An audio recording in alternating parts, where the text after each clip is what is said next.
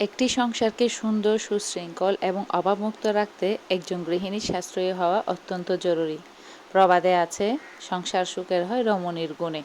আর এই গুণের বড় একটি অংশ জুড়ে থাকে মিতব্যয়িতা বা সাশ্রয়ী মনোভাব। ঘরে কাঁঠাল অনেক বেশি ছিল, তো এখন নরম কাঁঠাল তো কেউ খায় না। তো কি করব, এতগুলো কাঁঠাল ফেলেও দিতে ইচ্ছে করছে না। তো কাঁঠালের আমি রস বের করে নিছি, আর এভাবেই কাঁঠাল পিঠা তৈরি করে নিছি বাচ্চাদের জন্য বিকেলের জন্য। আর এখানে কিছু গরুর মগজ আর গরুর বট আছে, এগুলাকে একটু ভুনা করে নিব। আর একটা তরকারি রান্না করে নিব, পটল, কাঁকরোল, বেগুন সব কিছু দিয়ে, কাঁঠাল বিছিও দিয়ে, সব কিছু দিয়ে একটা শুটকির তরকারি রান্না করব। এভাবে রান্না করলে খুবই মজা লাগে। আর এখানে টমেটো আর বেশি করে পেঁয়াজ দিয়ে গরুর মগজটা ভুনা করে নিব। মগজ বেশি নেই, অল্পখানি, তাই এটাকে আমি জাস্ট এইভাবে একটুখানি ভুনা করে নিব আর কি। স্বামীর মানসিক শান্তি আয়ের সাথে ব্যয়ের ভারসাম্য বজায় রাখলেই হয়। পরিবারের কর্তাকে বাড়তি ঋণের বোঝা বা মানসিক চাপে ভুগতে হয় না। এতে দাম্পত্য জীবনে শান্তি বজায় থাকে। মাকে সাশ্রয়ী হতে দেখলে সন্তানরাও ছোটবেলা থেকে অপচয় রোধ করতে শেখে এবং টাকার সঠিক মূল্যায়ন করতে পারে। কথাই বলে, অপচয়কারীকে কেউ পছন্দ করে না। যে সংসারে অপচয় কম হয় এবং হিসাব মেনে চলা হয়, সেখানে বরকত বা লক্ষ্মী চিরকাল বিরাজ করে।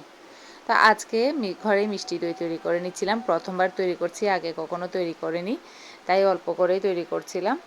তো এই তো এখানে আমি গরুর মাংসটা রান্না করে নিয়েছি, এটাই হচ্ছে এর ফাইনাল লুক। আর আমি মিষ্টি দইটাও বসিয়ে দিছি, দেখি কেমন হয়। তো এই তো মিষ্টি দইটা আমি এটাকে একটু সেট হওয়ার জন্য ফ্রিজে রাখছিলাম, ওখান থেকে বের করে দেখতেছি, মাশাল্লাহ সুন্দর করেই সেট হয়েছে এটা। আর অনেকগুলো তরকারি নিয়ে আসা হয়েছে কোরবানের পরের ভিডিও এটা। তো এখানে অনেক মানে মাংস খেতে খেতে তো আর ভালো লাগতেছে না, তো 3 দিন পরে, কোরবানি ঠিক 3 দিন পরে গিয়ে আমাদের এই সমস্ত তরকারি নিয়ে আসা হয়েছে।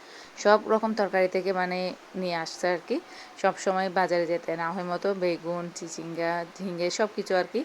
তো এখানে আমার ছোট ছেলে, ওকে খতনা করানো হয়েছে, তো ওর কিছু খেলনা আমি খাটের নিচ থেকে বের করছি। তো ও মানে আমাকে বলছিল, আম্মু এটা পরিষ্কার করে দাও, পরিষ্কার করে দাও। আমি তো আমার কাজে ব্যস্ত, রান্না বান্না, ঘরের অন্যান্য কাজে। আর ওকে বলে দেখছিলাম, দেখি তুমি করো, তুমি পরিষ্কার করো।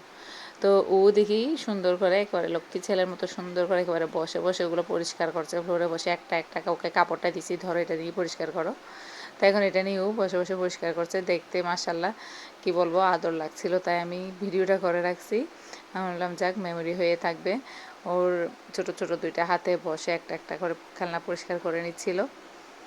আসলে বাচ্চাদেরকে ছোটোবেলা থেকে যদি কাজের প্রতি, বাসার ছোট ছোট কাজ যদি করানো হয়, তারাও কাজের প্রতি আগ্রহী হয়।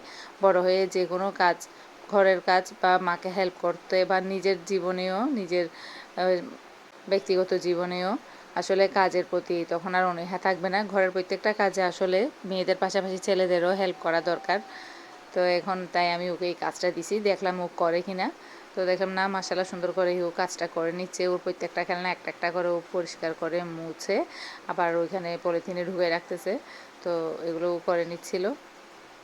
একজন পুরুষ হয়তো টাকা উপার্জন করে ঘরে নিয়ে আসেন, কিন্তু সেই টাকাকে বরকত আর সম্পদে রূপান্তর করার চাবিকাঠি থাকে একজন সাশ্রয়ী গৃহিণীর হাতে। সংসার একটি নৌকার মতো, স্বামী যদি এর দাঁড় টানে তবে গৃহিণী হলেন হাল। হাল যদি সাশ্রয় আর হিসাবের সাথে না ধরা হয়, তবে ঝড়ের মুখে নৌকা ডুবতে সময় লাগে না। একজন নারীর একটি গুণ পুরো একটি পরিবারকে অভাবের দিনেও মাথা উঁচু করে বাঁচতে শেখায়।